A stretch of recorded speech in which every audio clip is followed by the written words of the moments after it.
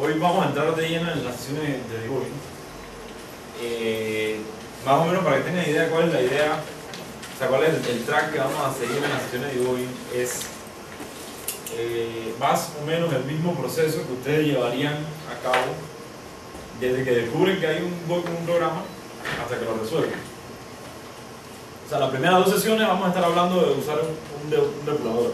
Cómo, después de que el programa se cierra solo, cómo usa un depurador para saber dónde se cierra, cuáles son los valores de la variable que hacen que eso se cierre, etcétera, etcétera. Luego de eso vamos a ver, después que yo tengo esa información, cómo hago el reporte del bug. O sea, cómo le digo a los desarrolladores del proyecto que encontré un error en la aplicación, aquí está toda la información que se necesita para repararlo, etcétera, etcétera, etcétera. También cuando veamos eso vamos a ver un poco sobre control de versión. Normalmente lo que va a pasar es que el código que ustedes hacen va a ir a lo que se conoce como el repositorio de código del proyecto. Significa que se van a hacer muy famosos porque el código de ustedes va a estar en todas las aplicaciones que se hagan. O sea, toda la gente que instala esa aplicación no va a tener el código de ustedes. Para eso necesitan saber, por ejemplo, parchar código, crear parches, descargar la última versión, actualizar versiones, etc. No estoy hablando de paquete, estoy hablando del mismo código fuente. Ese va a ser como el tercer tema. Finalmente el cuarto tema va a ser algo bien light, que va a ser depuración en web, que es lo que más uno hace en trabajo en Panamá, en comercial, y un poco de técnicas de depuración web, etc. Pero digo, las dos primeras clases son las más pesadas porque vamos a estar trabajando con GDB y GDB es una cuestión que no se ve en ningún curso aquí universitario.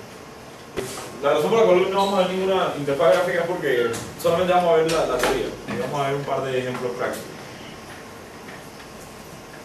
Primero que nada, ¿qué es un depurador? Un depurador es un programa que se utiliza para obtener información de ejecución de otro programa. Eso significa, para empezar, significa que ese programa contiene otro programa y que nosotros lo estamos depurando.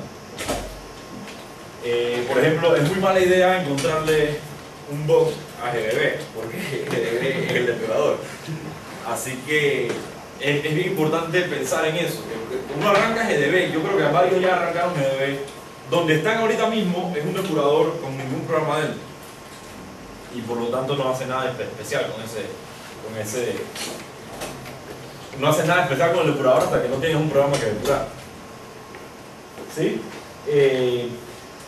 Un depurador puede ser utilizado para conocer el valor de las variables en un programa durante su ejecución.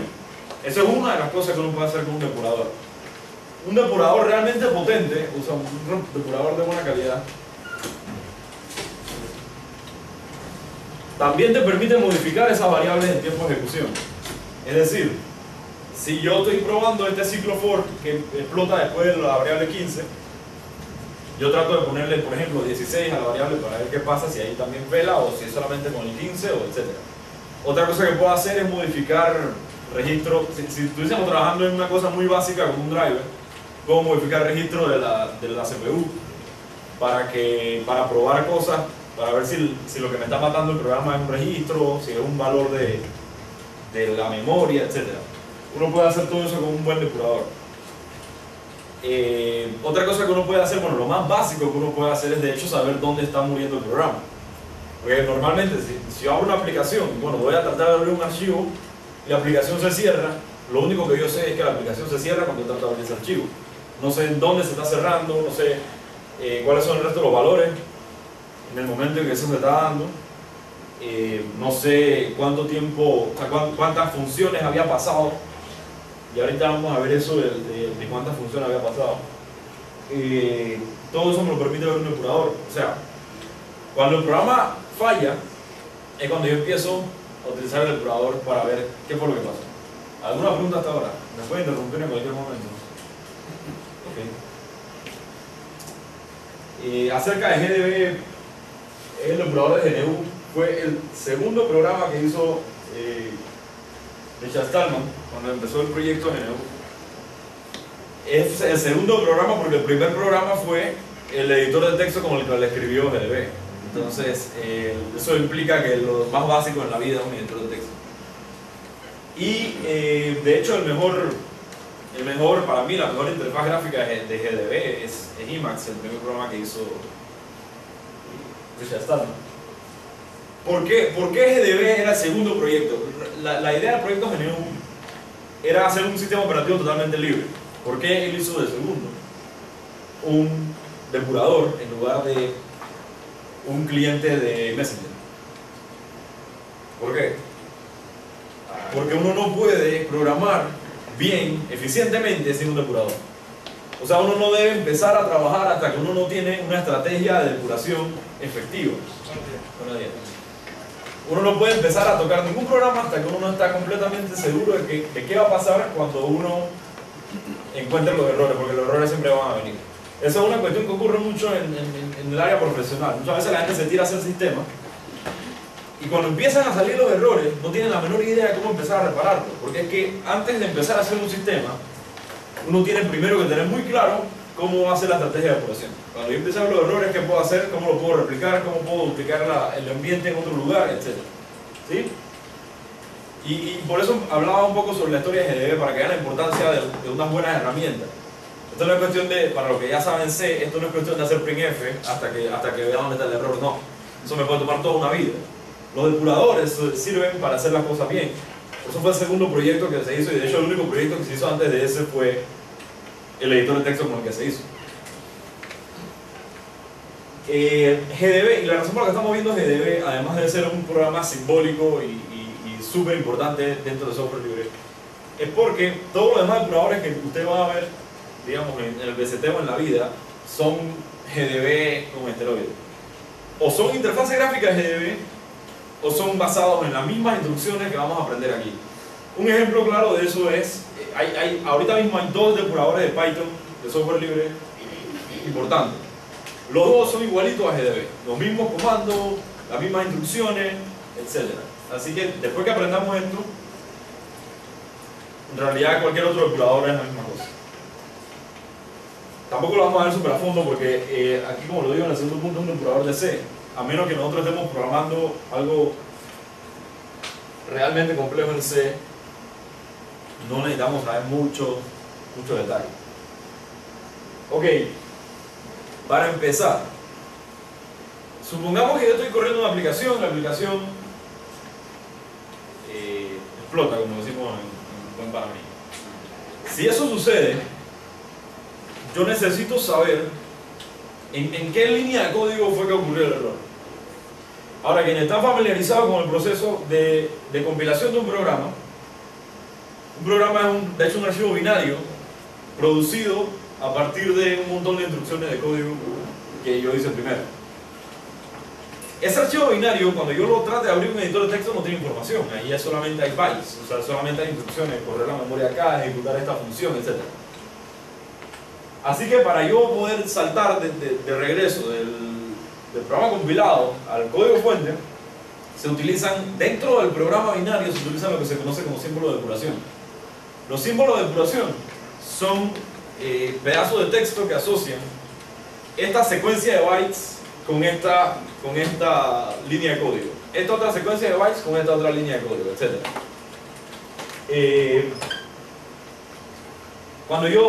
Esto no solamente aplica para lenguaje compilado, y esto es muy importante porque muchas de las cosas que estamos viendo aquí aplican, uno, para programas compilados, y dos, para programas en lenguajes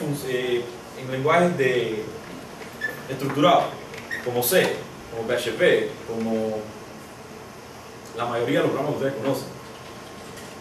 Cuando ustedes trabajan con otros paradigmas de programación, como programación funcional, etc., ya muchas de estas cosas no tienen mucho sentido. Pero igual siguen sirviendo para uno tener idea de qué es lo que está pasando por debajo del código. ¿Y qué quieres decir con lenguaje estructurado? La programación estructurada es la que nosotros estamos acostumbrados a ver, que es empiezo en esta función llama a esta otra función, esta función luego salta a esta y luego se regresan en el camino. Es muy importante porque yo creo que gracias. Yo creo que uno de los grandes defectos para mí de enseñar programación es cuando se asume que todo el mundo sabe todo. Muchas veces, por ejemplo, la tecnológica a los primeros años le enseñan orientado a objetos, pero nunca le han enseñado en otro paradigma. Es bien importante saber que hay muchos paradigmas. Hay paradigmas de programación funcional, donde las cuestiones no saltan de función en función, sino que las funciones son los valores. Y es bien enredado cuando uno empieza a trabajar en ese paradigma, porque uno está acostumbrado a que yo sigo una estructura ordenada de que esta función salta a esta otra llama a esta, y estas se regresan en el mismo camino. Hay paradigmas donde no. Entonces, muchas de las cuestiones que nosotros vamos a ver aquí se aplican para el más común de los paradigmas, que es esta función luego la otra, luego la otra. Por un lado. Por otro lado, hay proyectos interesantes, porque recuerden, para los que no han visto un poco de la historia de los lenguajes de programación, los lenguajes antes todos eran compilados, hasta que la gente empezó a decir, bueno, este proceso de compilación es necesario bajo ciertas circunstancias. Si yo quiero probar mi código rápido, si yo quiero nada más hacer una página web, si yo quiero... Hay varias otras circunstancias en las que yo no necesito compilar mi código, entonces aparecieron los lenguajes no compilados, como PHP, ahora Python, etc. Sin embargo, eso supone, en muchos casos, no en todos los casos, en muchos casos supone que hay pérdida de desempeño, porque cuando los lenguajes son interpretados, pues las cosas solamente ocurren en el momento en que yo estoy interpretando, no hay ningún proceso de optimización ni nada de eso. Y hay otros proyectos que están regresando de los lenguajes interpretados a los lenguajes compilados. Un ejemplo de eso fue uno que sacó Facebook hace año y medio o 2 años, no me acuerdo, donde ellos programaban en PHP, ejecutaban, cuando comprobaban que eso estaba bien, le pasaban otro proyecto, no me acuerdo ahora el nombre, lo podemos buscar ahora en el almuerzo, le corrían otro programa, y ese otro programa lo que hacía es que agarraba el código de PHP, lo traducía en C++, lo compilaba y te dejaba una versión optimizada. ¿Por qué hacían eso? No, porque Facebook tiene un montón de gente viendo fotos de otra gente, entonces ellos necesitan el máximo performance en esa aplicación. Entonces ellos lo que hacen es, bueno, no pierdo la ventaja de poder escribirlo en PHP, PHP es muy fácil, pero tampoco pierdo la ventaja de no poder optimizar el código. Así que en todas circunstancias es sumamente útil saber depurar códigos compilados en cualquier circunstancia. De hecho, al final de esta sesión o de la próxima voy a mostrarle un ejemplo de depurar con GDB código en Python, porque Python por debajo es C. Entonces hay veces que Python todo va bien, y cuando Python muere, ni siquiera muere en la parte del programa que es Python, muere de hecho en el core, en C. Y uno de los bugs que tengo ahorita mismo abierto en el código de Node es que hay alguna aplicación de ello que no funciona bien en la parte de C cuando la llamas de Python. Así que es sumamente importante saber de este tipo de modelos. Cuando yo compilo el programa, como les mencionaba anteriormente, yo necesito decirle al programa que yo estoy compilando con la intención de depurar eso en el tiempo de ejecución. Porque si yo no le digo eso, los símbolos de depuración no son incluidos en el programa, y ahora vamos a ver por qué. Cuando yo estoy compilando en el GCC, que es el compilador más famoso de software libre, la bandera de compilación que se necesita para agregar los símbolos de depuración es "-g". "-g" significa, además de compilarme el código, ponme en el archivo binario, ponme anotaciones de, esto viene de tal línea de código, esto viene de otra línea de código, etc. Uno puede hacer varios niveles de símbolo de depuración. Cuando yo estaba trabajando en mi tesis, había tantas cosas difíciles de hacer que yo le ponía "-g3", que significa darle 3 niveles de depuración. 3 niveles de depuración incluye, por ejemplo, pon todas las líneas de código dentro del archivo binario. No hagas ningún tipo de optimización, porque los compiladores, los buenos compiladores, cuando ellos detectan código que es ineficiente, ellos reescriben ese pedazo de código antes de volverlo binario. Un ejemplo sencillo de eso hay compiladores que agarran ciclos for que van de 0 a 16 y los expanden. O sea, escriben 16 veces la misma cosa. ¿Por qué? Porque eso es más eficiente que hacer un ciclo for de 0 a 16. Es muy común que nosotros hagamos un ciclo for de 0 a 3. Eso es muy mal, porque eso es menos eficiente que escribir 4 veces el mismo pedazo de código.